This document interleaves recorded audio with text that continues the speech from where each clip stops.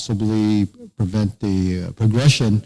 But the important thing is that we have to continue to keep our body motivated and moving. So if we don't work with it, it doesn't want to work with you. So we have to work with everything and anything that we do to improve our movement and bring a level of mindfulness and consciousness to everything that we do, and focus on, our body.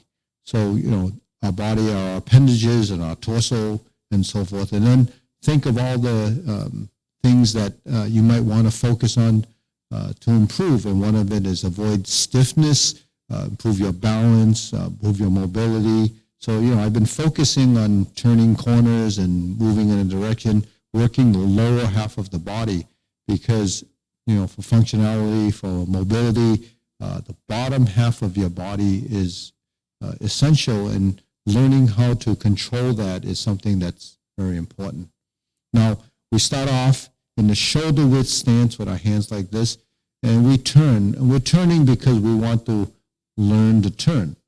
So everything we're doing is training and learning the best way to do something that we're not doing, even though you know that we're supposed to do this, or not know because of the body sort of becoming dysfunctional in a way that it doesn't know that it can do this.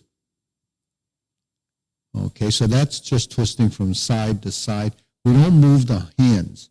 We just turn the shoulders.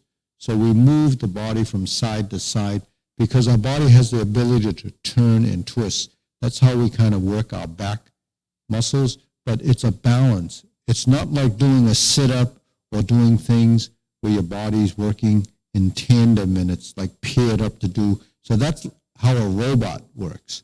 They work up and down and they twist and do it because they don't have all of these components that allow us to twist and turn. So we have to understand, why we do these things.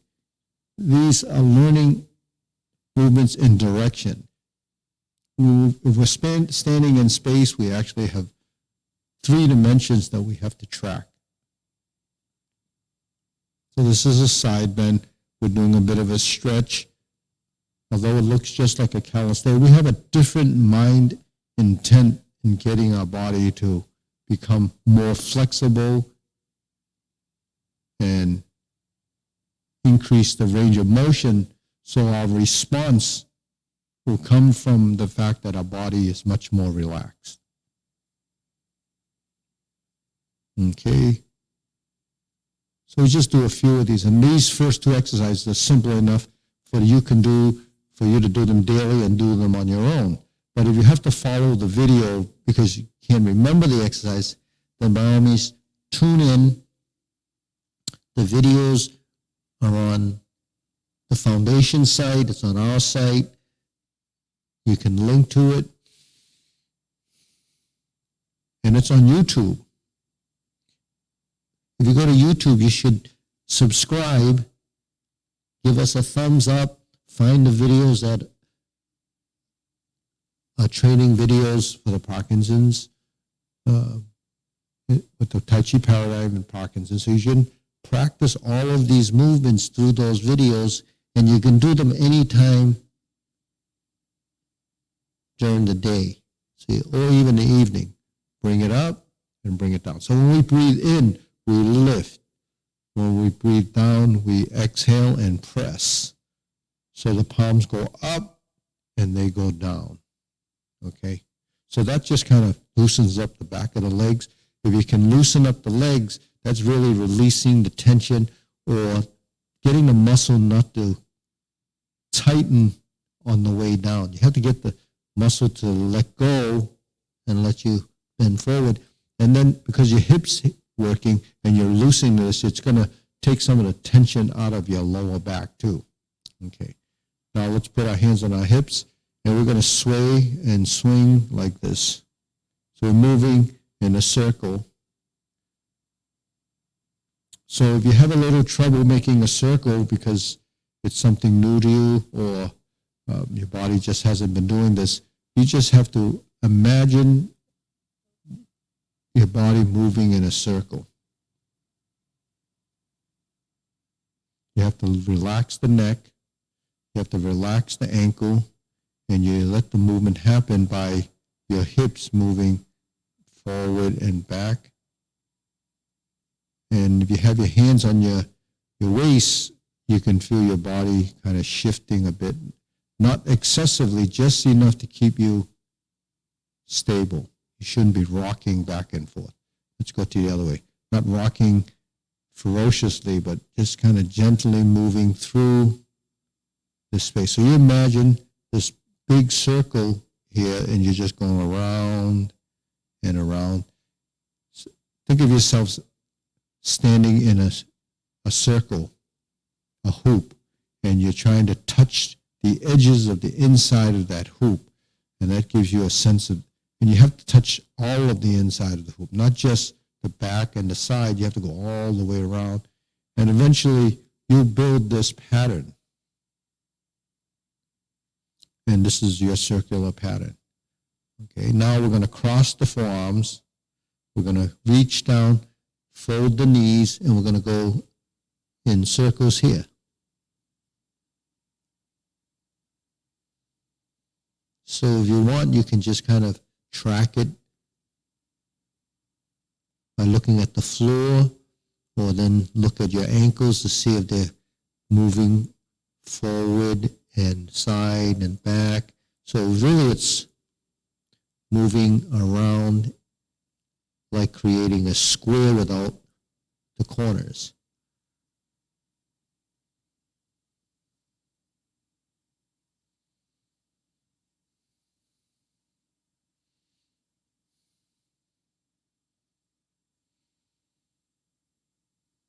And center. Okay, next we have our hands on the waist. Now we're going to do the neck exercise. I'm going to relax the neck and turn, right? Turn to the side. 1, 2, 3, 4, 5, 6, 7, 8, 9, 10. 1 and stop. Now we're going back and forth, forward and back, forward and back, forward and back, forward and back. Now we're going to tilt to the side, so you kind of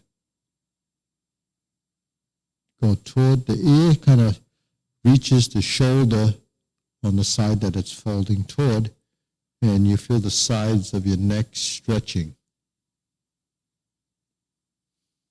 Now, if you haven't done something like this for a while, the neck actually doesn't want to move because it doesn't let go on this side and it doesn't let go on this side. So that letting go is like stretching, but it's a control factor. So if this doesn't let go, that's as far as the head's going to go. So that's something that you have to build that range of motion. So that stretching takes the tension out of your upper neck area, over in this deltoid area here. These muscles get very, very tight from holding your head up and also not moving. So it's really something that we should move a little bit more, just like we do these. So these are the shoulder rolls, okay? We'll do those a little while. We'll spread the feet now. Okay, oops, I forgot to do the circular movement. So we're going to go down, around, and other way. So it takes more control to do something as spatial as this. So the muscle groups actually have to switch from each grouping of muscles that actually help you to do this. So that's something that over time you'll develop control. But a lot of us already can do that, and we just spread the feet so that we actually build some control with that. Now here we're going to turn from side to side. It's similar to what we did like this, but now our arms are relaxed. Let the tension in the shoulders go. Let your arms swing and work your torso. So the torso really is made up of a lot of bones, your ribs and your sternum and, all of this area has to be engaged. So when we move the body and we relax, we get in all these little joints to move. So if we have stiffness and rigidity, all of these joints, all of these muscles are kind of locking up and holding you in a position. We want to avoid that position. The only way to avoid that position is to learn to move, learn to fold our body, turn and roll our body. So we have to just build different motor skills into everything that we're doing or everything that we're learning. Okay. Now, this is just swinging from side to side, but you're letting go here. Your arms are relaxed and you're turning. Okay, next we're going to pull the feet together. So what I did was I pivoted on the ball, the toe, the heel, the toe. So this is something, if you have little trouble doing that, just work it, as many times as you can in a single setting, maybe do 10, 20 times, till you're familiar with this. Now, two feet might be difficult, so you can do 1 foot. 1 foot. So that's really just getting your hips to pivot, but what has to happen is your hips. If you go like this, the hip opens. When you go like this, the hip closes. When you go like this, the hip closes and the hip opens. That's on the ball of the foot. Okay? This is on the heel of the foot. So these are 2 areas that you have to kind of practice and concentrate on. Know that this is pivoting on the heel. This is pivoting on the heel.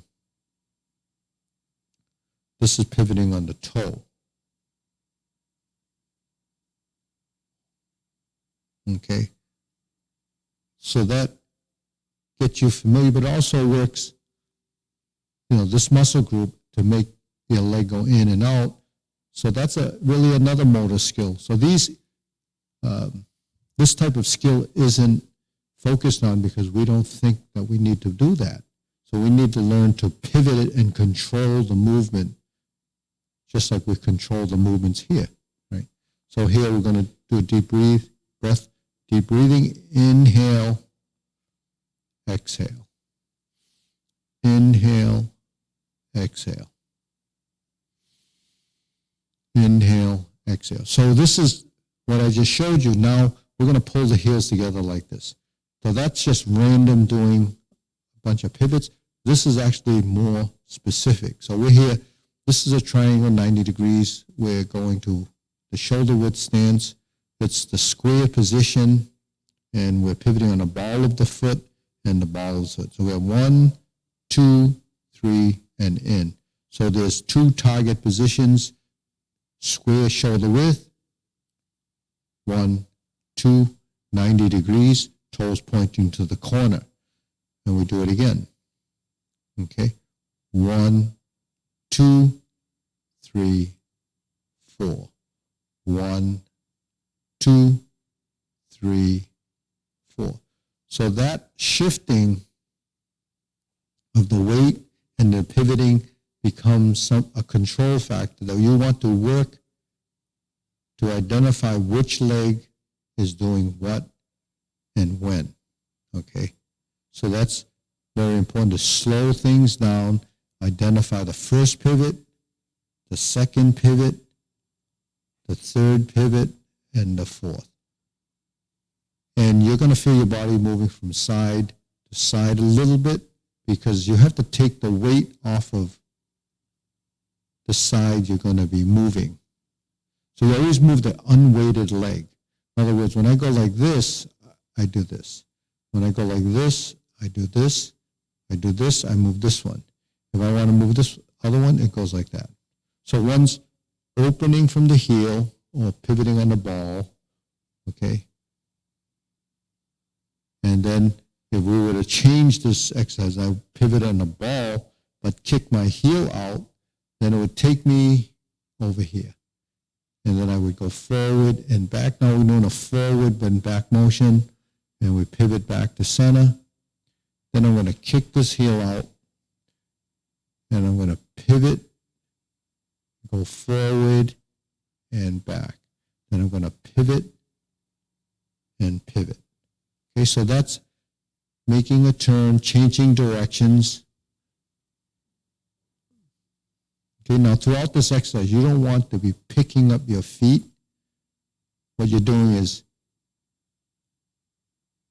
so picking up the foot doesn't mean just, I mean like this. What I mean by picking up is taking the complete foot off the ground. You want to stay connected to ground and pivot off the appropriate contact surface. So if I'm in the heel, I pivot on the heel.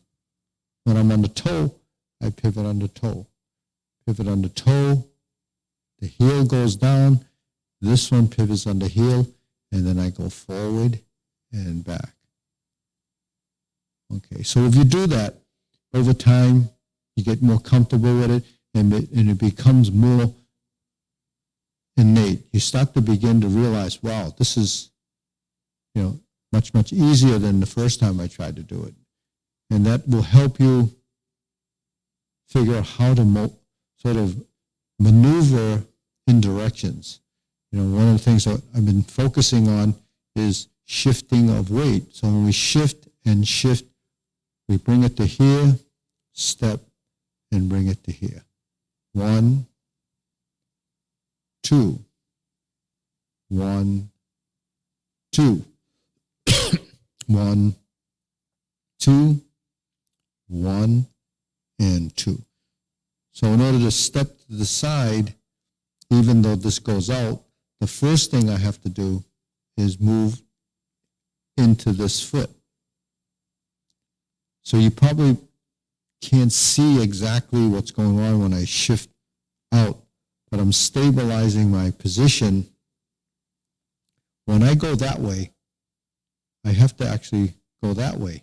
So my body has to compensate or counteract the movement. And that is something that we're not totally always aware of. So what ends up happening is when we shift, we end up doing that. And we shift, and then we end up doing that. So that's kind of dumping the foot down, right? That's something that we should be more cognitive of, and also learn how to maneuver. So when we 1, 2, 3, 4, 1, 2, 3, and 4. So we go back and forth.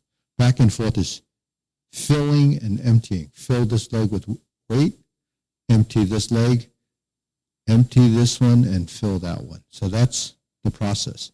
So either one or the other, sort of yin and yang. When one goes up, one goes down. When one goes down, one goes up. So it's kind of that balance between the two sides. And that's what we're working with, because everything that we do actually works on both sides as a relationship, as a unit. So when we say, well, we're doing this, and we're moving, why is the hands on the hips? Because something has to happen above, something has to happen below. So if I just drop my arms and I move my feet, then there's no connection to the upper and lower body. When I do this, now I'm conscious of that fact that my hand is on my hip. I'm conscious that I'm moving my feet, but I'm also conscious of sustaining this position. So to sustain this position, there's a response here. So it's letting you know that the hand has to be here. There's a feedback that's there. My feet are moving and constantly building off of that same principle and concept, that the whole body is trying to work as a unit, trying to build a relationship in the body that eventually you can draw off of as a skill, or as, even if it has to be a reflex, or you're going to say you stumble and you go into a reactive mode, sort of a survival mode, so you don't end up falling and hurting yourself. That's all tied to your legs and footwork. So when we're here, I bring to your attention that we have 2 feet. One goes there, one goes there. When we're standing like this, we have no options. We really can't go in either one of the directions. So how do we get into that direction? We go in the direction of this foot. And then that allows us to take that step. Now, if I go back, if I want to go this way, the direction is in the 45, I go like that. So that's how we turn a corner in a 45 degree. If I want to turn more, I can turn off the back foot and then go this way. So that's a 90 degree turn. So when we turn in our drills, we're learning the specific way of doing that. So specific training is learning, specific training is specifically learning and doing the task. So if I want to go that direction, I'm learning to steer the back foot and take me in this direction. Now, there's no reason why you can't do this. So that's another option. So we turn 90 degrees by pivoting on the heel. 1, 2. Okay. This is on the ball. Depends on where you are within the framework of your direction of movement. So when we're here, you have the option to take another step to here and turn. Okay. So, toe and heel relationships is something that you have to get really familiar with. When we're in this parallel stance position, we have the option of doing the ball or the heel. That's going into the 90 degree position, right? So you're pivoting. If I go like this, that's really teeing out. Teeing out. Now, when you take your steps, depending on where you are in your position, if you want to tee out, you have to bring the other foot together. If you want to turn in the middle of the space or the step, then you have to turn the forward foot in a direction is the simplest way to go. Or if you're in a V position like this, then you just have to pivot. So these are all different ways of changing directions. So this gives you some more options, but the thing is, it's a skill level that you develop over time. Okay, so that's taking us to this. We're going to shift and balance. Shift and balance. 1, 2, 3, 4. Now when I step out, toe, heel, toe, heel. Okay, so when we step to the side, you end up pushing off this foot. I push off this foot till my weight goes over this foot until I'm comfortable. Then I push off the foot and you find that balanced position.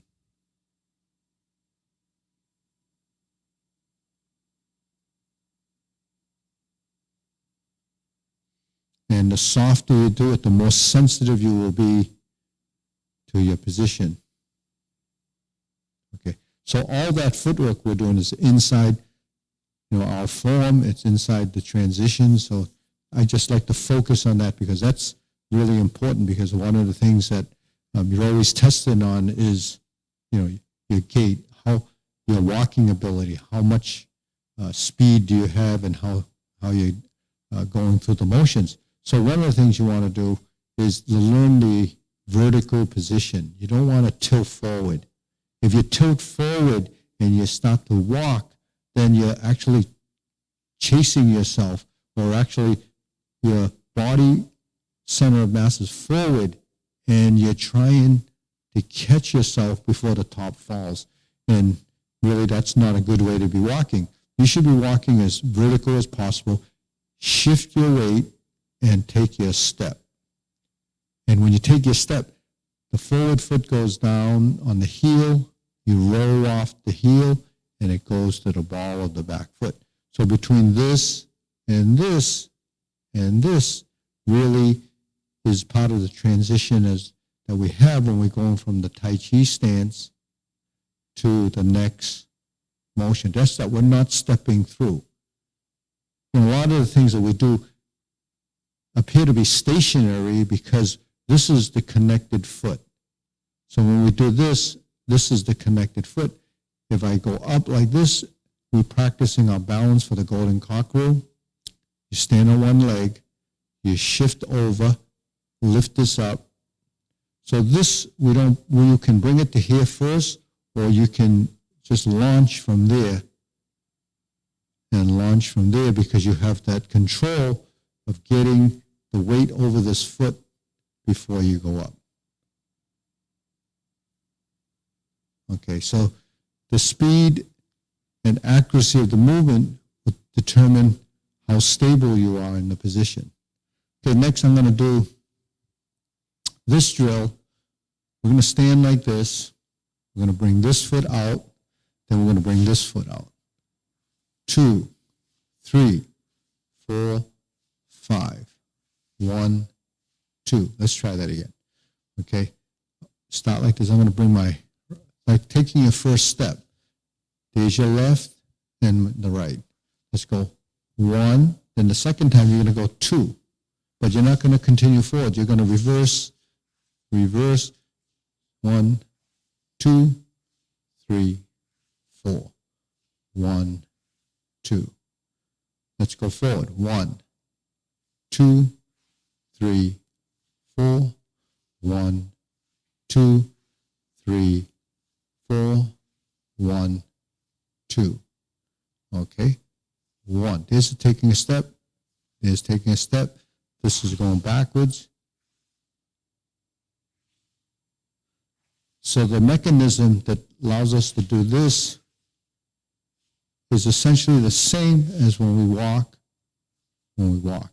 But because we're working this and this, you're building a coordination. So I'm here, I take that step. 1, 2, 3, 4. 1, 2, 3, and 4. Okay, shake it out. So that's something that really will help build that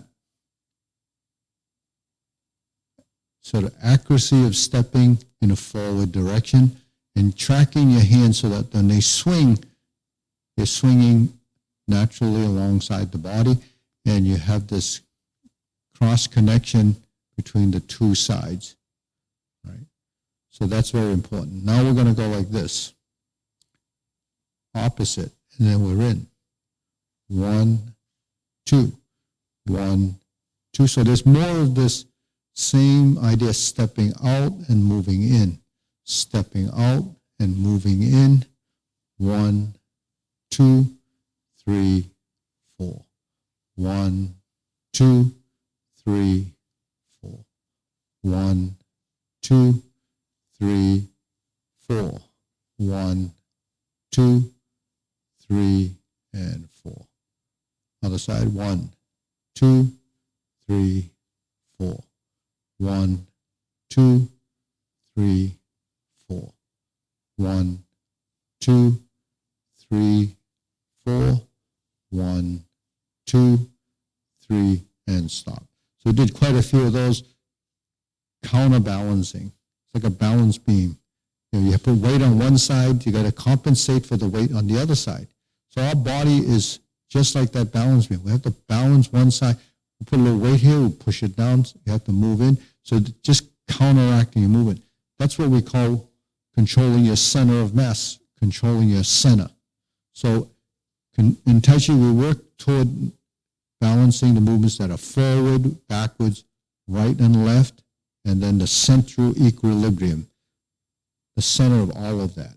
Okay, so that's how you have to view your body, as the center of everything that's within your space. So then we work off of that. So that's really part of all of the training that we're doing, really, to help improve, the rigidity and the motion in the body. Now we're going to do this. Okay, so we're just making a circle, hold the ball, bring it out, separate, hold the ball. Now I take a step and I just do that same movement.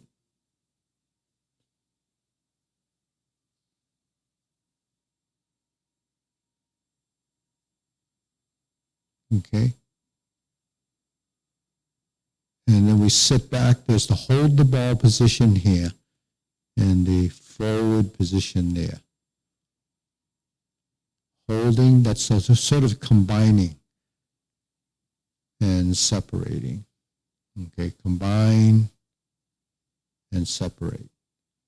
Okay, now this is pretty flat and square to the parallel to the mirror. What we're doing now is going to turn. And then turn back. So now we added a dimension. So this is called silk rolling, but I want to give you different takes and different versions so you can actually see that there's the body turning from the front to the side and back. Meanwhile, the hands are essentially doing the same as we did here. Now, there's a timing that we have to come to here where this is both hands down. It's 1, 2, 3, 4, and 5. 1, 2, 3, 4, and 5. And essentially the hands are just doing this.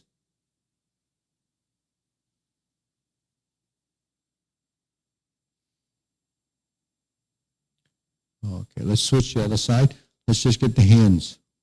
We'll make a circle, hold the ball. Hold the ball. So we just stand still. It might be easier to track.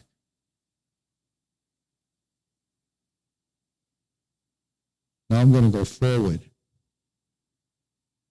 and back, forward and back, forward and back. Now I'm going to add a dimension, turn, right? 1, 2, 3, 4, 5. 1, 2, 3, 4, 5. 1, 2, 3, 4, 5. 1, 2, 3, 4, 5.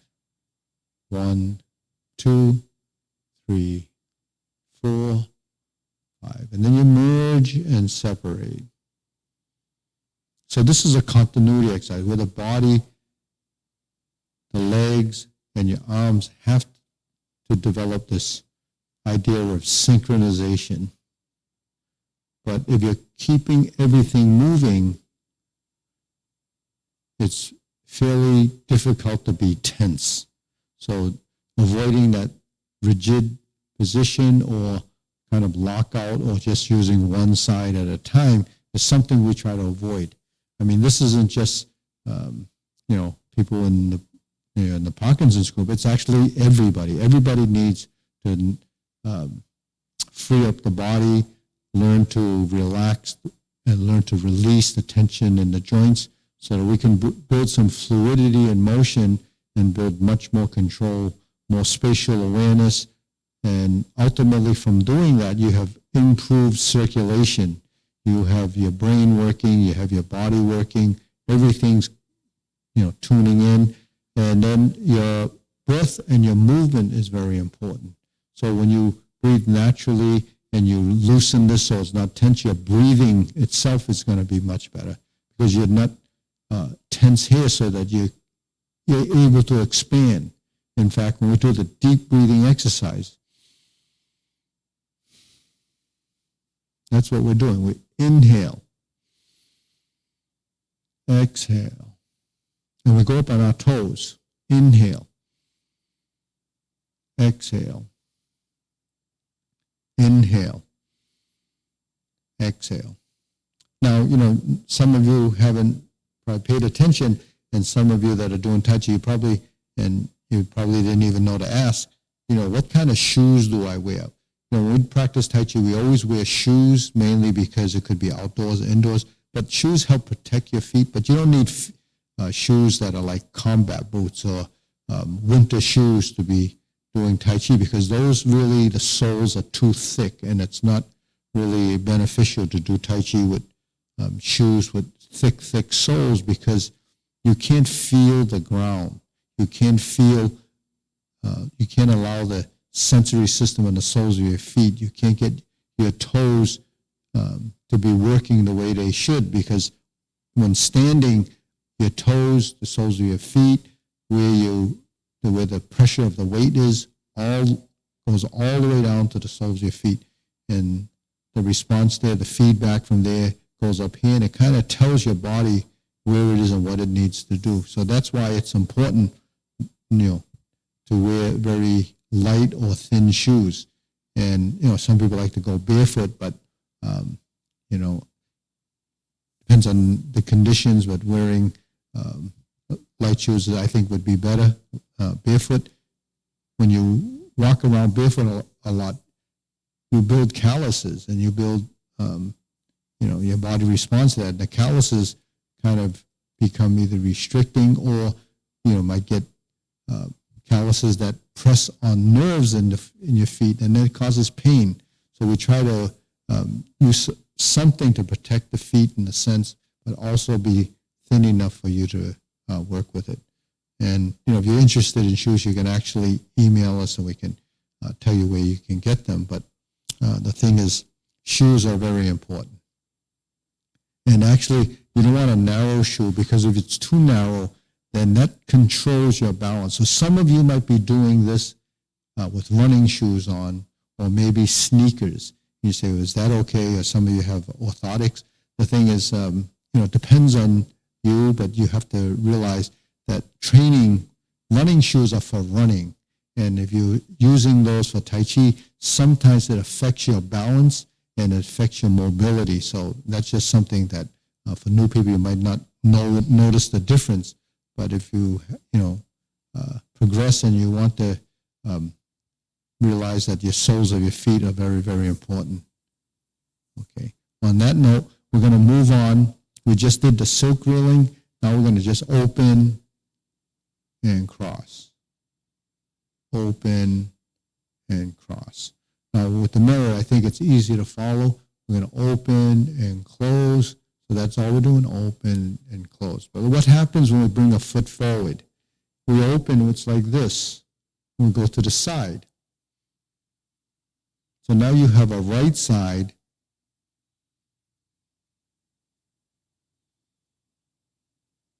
and a left side.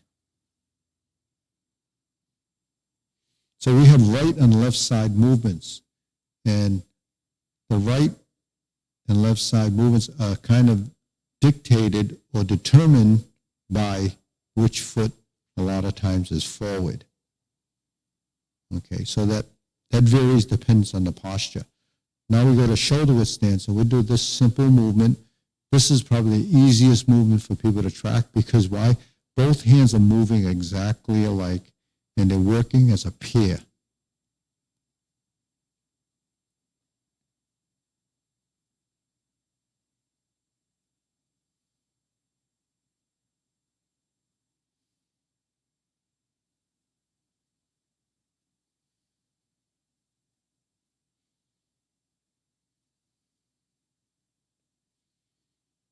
Okay, so why the hands work in the pair easier than others? Because that's how the brain is kind of pre-wired for you to think that things happen together.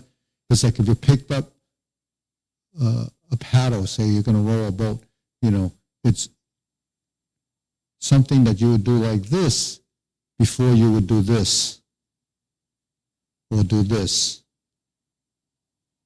It takes much more coordination to do this than to do this.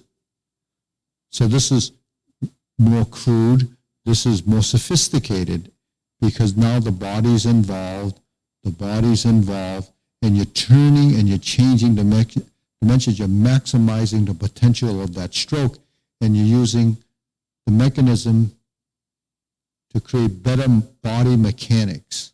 So when we move, we have to identify the direction of movement. In this case, I'm doing this, and it's simple to do. It's the first movement in the form called preparation. Okay? Now we're going to go down from the triangle to the lower hoop. Okay, so this is preparation. This is a triangle. This is a circle or a hoop. Lower hoop, this is holding position. It's standing. So you can call it a standing meditation exercise. Creating the circle, relax. So I'll turn so you can see from the front view, this is all you're doing is holding this position. Clear your thoughts. Feet are about shoulder width. Breathe through your nose. Inhale and exhale through the nose.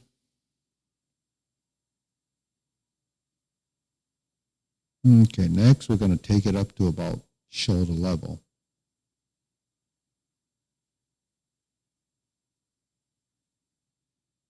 Next we go to the elbow down position. So elbow down is triangle position.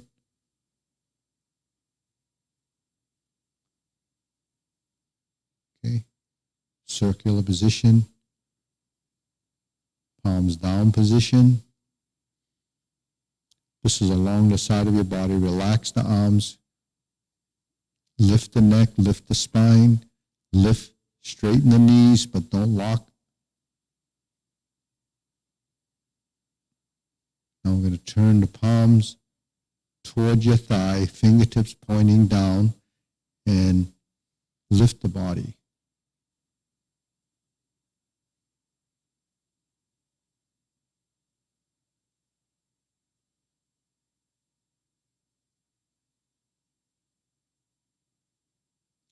Kind of feel like you're thrusting down and lifting. So you have that feeling of counterbalancing and expansion.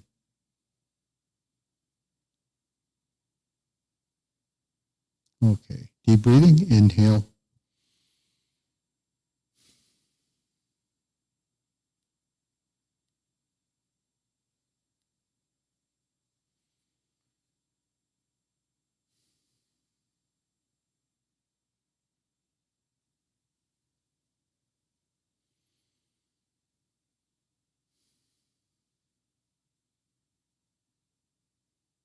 Okay, shake it out. So that was a series of exercises that we do, standing meditation. So those were fairly simple. You have 5 positions. What are they? 1. Okay, start in the bottom, right? 1, 2, 3, 4, and 5. Okay, so holding those positions, the purpose of that is to identify the shape. I call it the geometry of position, to identify the shape in the triangle position. This is on your center line, in front of the nose, elbows pointing down, and that leads, if we go to a drill like this, it would become Strum the Lute. Okay, but before we do that, let's go to this lower hoop, and we're going to pass through all the way up to the top. Open and cross. So this is called carry tiger to the mountain. The movement is about in front of the forehead. It's called stork flaps wings as a position. Cross arms position. Lower hoop position. Transitioning through carry tiger to the mountain and the different geometry of position.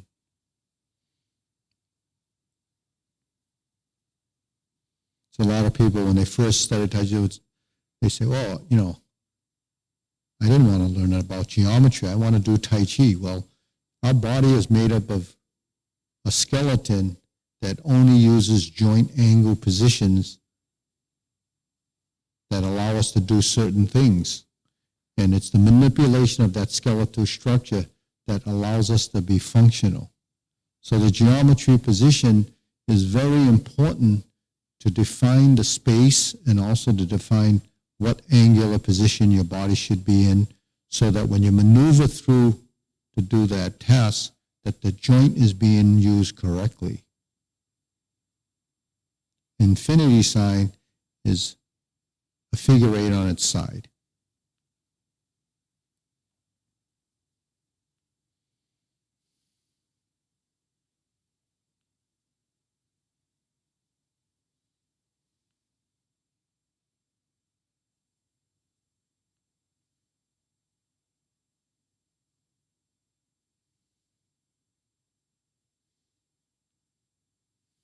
Okay, so that's a figure 8. It's called the infinity sign, or divert, block, and punch. Okay, so the punch is here.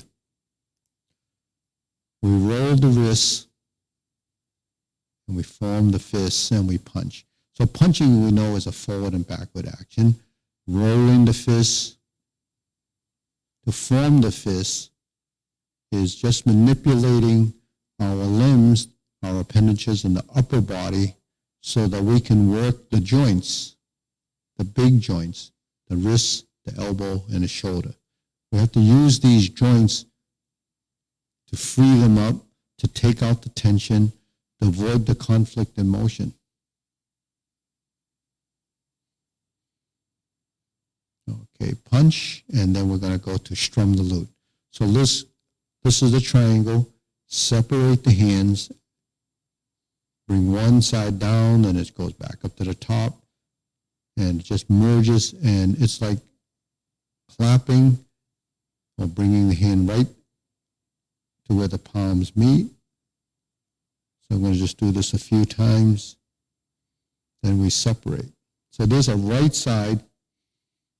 There's a right side single position, elbow down. This is strum the lute. Okay, there's your left side.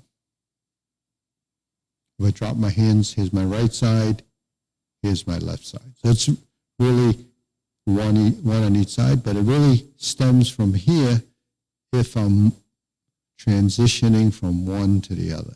So you see how the hands swap sides? So that's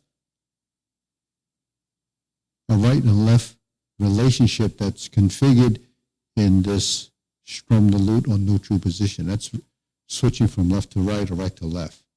Now when we're on the right side, we go like this. That's the thumb up position. Let's build this alternating motion and tie the two shoulders together. So you notice one's going up and one's going down, but really only happens because the shoulders are allowing this to happen. Okay, now we're going to go to the other side and we switch. 1, 2, 3, 4, 5, 6, 7, 8. So look at the shoulder. Shoulders are generally pretty tight. Down here it's a little bit more relaxed than here, but once you start going up, everything starts to tense, and then throwing the shoulder out is going to happen. You're going to overreach and your shoulder's out. So try to relax the shoulder on the way up. You have to relax the shoulder on the way up. Okay? So this is something, in our exercises where your shoulder has to go up here. We didn't do this one today, but we'll do this next time where we end up doing this. So that actually helps free up this area, frees up this area, including the back side, because this whole quadrant has to work as a unit. So we can work toward that, right? Now, after strum the lute, we go out like this, and we're going to turn and draw the bow. Draw the bow. So we go directly to the side. We stretch it out like this, keeping the hands level. See, there isn't a position that we go into that doesn't have a very specific target position. But in the beginning, it's a lot of information that probably can't be digested. So I just kind of talk you through it. So eventually your body will start to pick up on what the movement looks like. Okay? Spread the feet. Here's your 45-degree horse stance. We have this side on top. Turn to this side. We have this side on top, put it on top, turn, and go there. So what it is again, a circle. A circle. A circle. So I'm just not stopping. I just want you to see how a circle has continuous motion, and the continuity of the motion is that. Now when we pause, we have more of a finite position. We kind of define that position, and we define that position. But passing through, that's all you're doing. In fact, everything that we're doing is just that. But it comes out into different forms, because if I did this, it all starts to look different because it's creating a direction of movement with a specific body position in a different plane. That's what it is. Three-dimensional movement becomes multi-dimensional movement, and that's why tracking these movements develops tremendous spatial awareness, proprioception, awareness of where you're going. So your body becomes much more intelligent. And that's something that I don't even know if they use those terms typically, but body intelligence is something that you develop through awareness and consciousness of our space and movement. And that happens through all of the things that we do. That's why when we find the center and we move forward and we move back and we move forward, all of these movements have a relative position. So if I'm just going to show you that these are some of the things that we have inside the form, just as an idea that that's what we're building on, is a sequence of events that actually take us to what we call the Tai Chi Paradigm form. So the form is your goal to learn and memorize it and practice that sequence. The sequence houses like a book of movements, and all those movements are defined by one position, a second position, a third position, a fourth position. So can you memorize all those different positions? If you do it long enough, you can think you can memorize, but you go through it and your body programs it into your system. So finding the center, finding the foot position, all of this starts to make sense. So if you open and we go to the left side position, here's your first foot position, here's your left side, because the left foot and the left hand, here's your horizontal, we go like this. Okay, we're going to sit back and we're going to turn out like this, and we're going to step through. We flip the hands, and here's your right side. Then we go forward. Okay? Then we're going to separate the hands and go backwards. And then turn the inside hand and go forward and sit back. So that series is called Grasp the Sparrow's Tail. So grasp the sparrow's tail is a posture. Hook wrist, that's this. Bent elbow, 45 degrees, open. This is single whip. Okay, so practicing single whip, you just draw the hand across, draw the hand across, draw the hand across. The hand goes in and lower. This is a transition to hold the ball. So hold the ball is a common position that usually leads to diagonal flying or part the horse's mane. Those are transitions. Horizontal elbow is this. So if I go to vertical and horizontal and connect the hands, as press and roll back and push. Okay? If I follow it with the hook wrist, that sets me up for the corner position, and I open the legs and I spread the hands. I bring the hand in and down and across and level. Now I lean, slant up. That's the diagonal flying. But let's shift. You see the body go from here to here and then step up. So what do? I move my center of mass over the supporting foot, and then I open my hands and lift. I bend from the waist and I pick up the other hand, and I have this position, stork flaps wings, which is something like that. Okay, so that's how we build the form as a sample. So that's something that exposes anyone that's new. We kind of build all of these little movements that we're learning in the fundamentals, and we eventually learn the postures. Then we tie the postures together. Then we develop a mapping of direction. So mapping of direction is really what happens in the form, and mapping the directions is very good for your brain, because everything that we do has to be organized, and directionally, this is what we're building. That network of understanding is sort of supporting that your internal GPS, where you draw off of that to send you in directions where you think you want to go. So that's really something that's pretty amazing. Okay, now before we actually close the class, I want to do the 3 circles. That's clockwise. This is counterclockwise. And here's your step. We're going to move it in. We're going to move the hands down. We're going to go right, left, right, left, right, left. 1, 2, 3. 1, 2, 3. Remember, forward is right, left, right. Backward is left, right, left. Forward is clockwise. 1, 2, 3. 1, 2, 3. Counterclockwise in the back. 1, 2, 3. 1, 2, 3.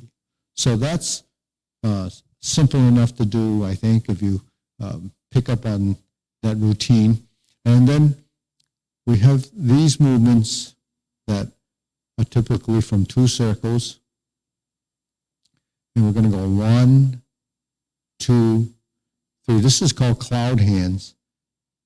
And I know we're getting close and we're about to run out of time, but I wanted to at least get us doing this. So we shift to here, step out, shift to here. 1, 2, 3,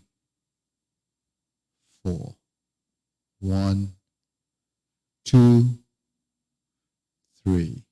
Okay, so you have forward, backward, you have right, you have left, and you have center. So those are directional mechanisms inside the form. I want you to at least be exposed to that, practice what you can, and it's about time. So I hope you enjoyed that. I hope you got something out of that. Review the videos that are there. Go to whichever site you've been using to access it. But YouTube is a great place to go to access calvinshin.com. You can look for the Tai Chi Paradigm for Parkinson's, or any of the other videos you can take a look at. And give us a like, subscribe.